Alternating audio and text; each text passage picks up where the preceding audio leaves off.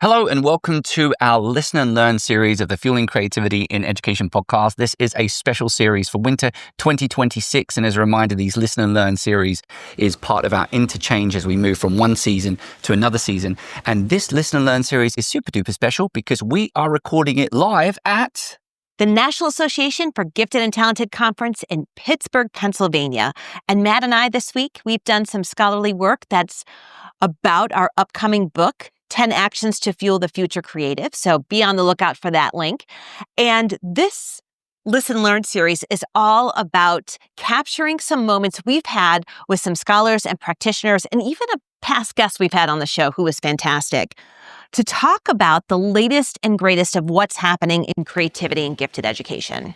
So, as always, don't forget that with these Listen and Learn series, we do take all of the episodes and put them on our websites. They're available on one page. So you just need to go to fuelingeducationpodcast.com to find that series, and we hope you enjoy.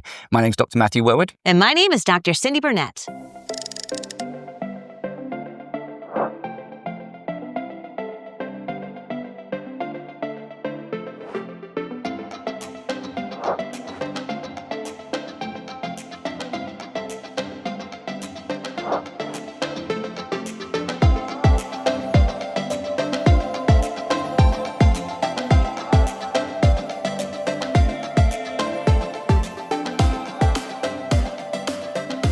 So this is episode 1 of our Listen and Learn series for winter 2025, going into 2026. And I'm here with Jennifer Riedl Cross, who's from the University of Louisiana at Lafayette, also the editor of the Gifted Child Quarterly.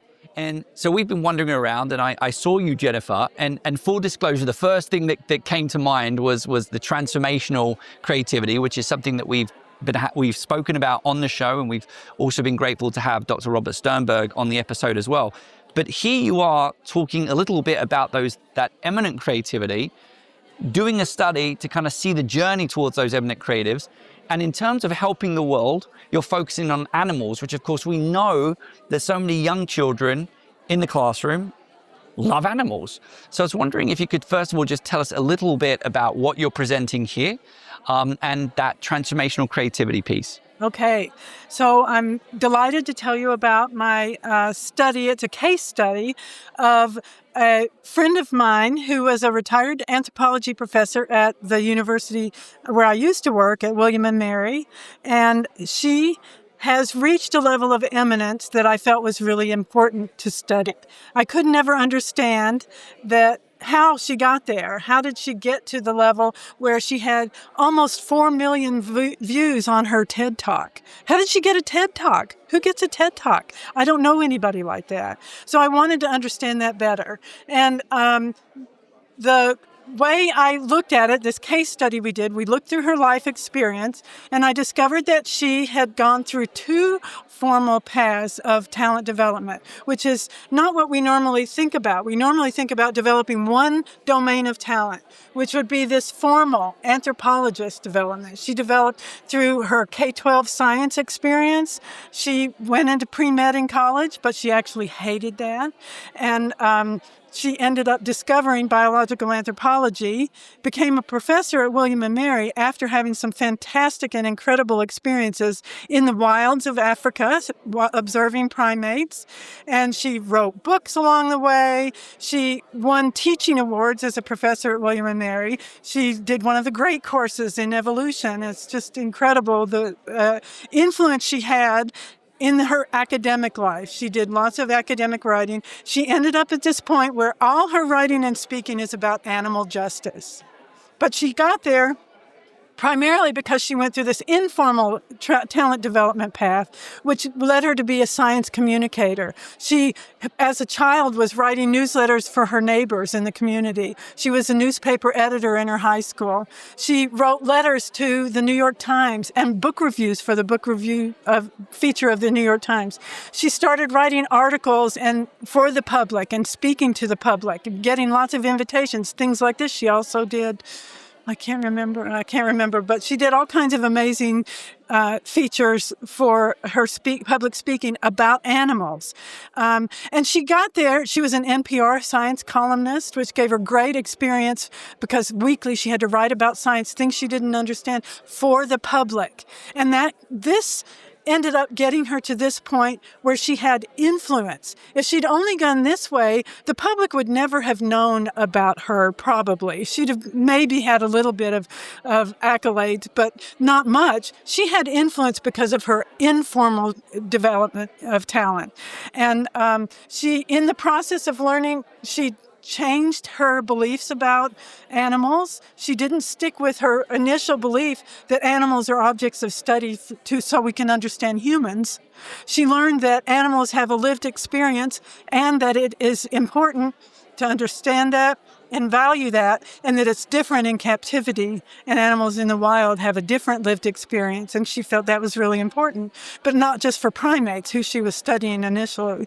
And then she realized that animals need human help if they're going to have justice, and she needed to be the one. Over time, she said, I have all this experience. I want to write and help the animals in the ways that I can. And that's how she got here. It's important because Bob Sternberg, as you probably know, believes that the goal of gifted education should be to help our kids make the world a better place. And Barbara is making the world a better place, at least for animals. She's doing what she can. And how she's doing it is by being, and here's how she became an effective activist. She has deep, thorough knowledge of her domain. You can't get credibility. People aren't going to listen to you. They aren't going to be persuaded if you don't understand your domain as well as she does. She's an expert on animal behavior, on animal grieving is her current topic that she studies. And when you hear what the examples she gives, it's really remarkable. And then she writes and speaks well. That's a critical component of her influence speaking for the animals. She knew her values. She made choices throughout her career that were related to what she deeply, firmly believed. You have to do that in order to get to the point of being an activist who can make a difference. She's open to changing her mind. Look how she changed her mind. She came over time with new knowledge. She changed her mind. She respects her audience. This is something she learned through this pathway, the informal pathway an editor taught her, not a professor, not a class in college. She learned that you need to respect your audience. Instead of telling somebody, here's what you need to believe about animals, she gives them information about animals. Here's what studies show about how animals behave and what they want and need and what their lives are like. And that is a respect for the audience. You might not believe it or agree with me, but here's the information I'm going to share with you. And you know what I find really fascinating? So I mean, it's incredible passion that you have for Barbara. Yes. And, you know, it sounds to me that you've identified her as an eminent creative practitioner, yes, who, to your point, has gone and used her talents and giftedness to go and change the world in her own way, in her domain, in the area that she cares deeply about. But you yourself has obviously been drawn to that, and you've asked yourself, how did that come to be? And you used the word of this kind of like informal talented training program. You use those words, and this is where you've kind of mapped it out. So it's my first question for you is this something that other people can adopt because it's informal, it's a bit sporadic? You know, do you see something that other people can enact? So what I think, and that's what this is about how do you teach it, I think, number one, kids need the domain knowledge. If they're going to be activists for any cause, they need to understand the domain. Anybody can develop abilities in writing. Anybody can go on a talk show and talk about something they believe. But when you come to it with the facts and the domain knowledge, you're going to have a different gravitas. You're going to have people are going to hear you in a different way than if you don't have that domain knowledge. So number one, they have to learn the knowledge about the domain. They need the skills of the domain. She had to learn how to observe animals in the wild and in captivity, and she had to learn how the domain works so that she could then speak from it and understand what. And that understanding was critical to them when she would write about it. Her writing skills, that's the kind of thing that gets trained informally, maybe. I mean, all students have to write. But writing for the public is something different. Writing for the public is something that you need to speak in a different way, in a different level. She, as I mentioned, she doesn't tell people what they need to understand. She offers them information. The advocacy piece, right? You have to advocate and she's you have to sell. But she's not telling them that this is what they need to know. The values affirmation, I think, is an important thing to strengthen your ego. I think all people need to know what they believe.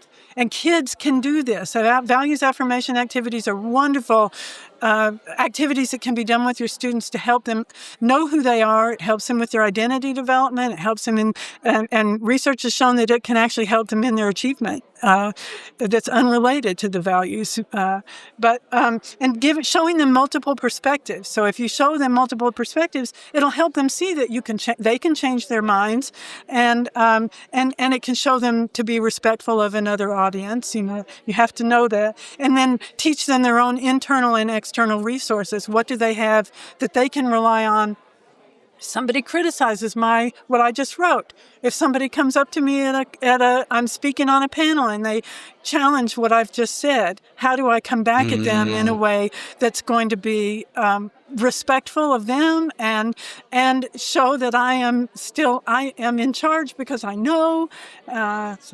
And I love that because, it's still the same of advocating for your work, but being able to listen to what the other person is saying and their perspective obviously might require you to approach the advocacy in a different way. These are wonderful skills. It's a really short listen and learn episode, so I've only got one last question for you. And when I was talking to you, I started to think of another piece of this. And I'm being a little bit biased because I've got a younger child who loves animals as well. I was just thinking, could you see this as your work almost being a project in itself, where you have children be able to identify eminent scholars in something that they're really passionate about, and for them to be able to articulate, this is why I think this is transformational. And then in addition to that, to then almost implement what you did to have a better understanding on what led them to that path, because it's almost like a bit of career development as well. Sure. What a great project that would be for them. And I think biographies are a wonderful way for people to learn, for kids to learn about someone they might be able to take something away from, and somebody who can show them how they've been through a path like Barbara's that had ups and downs, and how you can be resilient. I think I like the idea of biographies, but I also think it was great for me to interview a person in person, and that would be a great experience for kids. I think that'd be wonderful. Well, Jennifer, thank you so much for taking the time out. It's kind of like wrapping up this poster session now, so I really want to let you go and head off to the next event. But this was wonderful. I really enjoyed it. The fact that we was able to go and reference a past guest on the show was also an added bonus to this conversation. So wishing you all the best on this work, and hopefully educators, I think, have got different avenues that they can explore in addition to these wonderful items that you've noted that they can develop in their gifted students, and all students, in fact. Fantastic. Okay, so that's the end of our first Listen and Learn episode. We hope you enjoy, and don't forget to head to our website where we'll be putting all of these episodes under its own special collection. My name is Dr. Matthew Worwood. And my name is Dr. Cyndi Burnett. This episode was produced by Cyndi Burnett and Matthew Worwood. Our podcast assistant is Ann Fernando, and our editor is Sheikh Ahmed.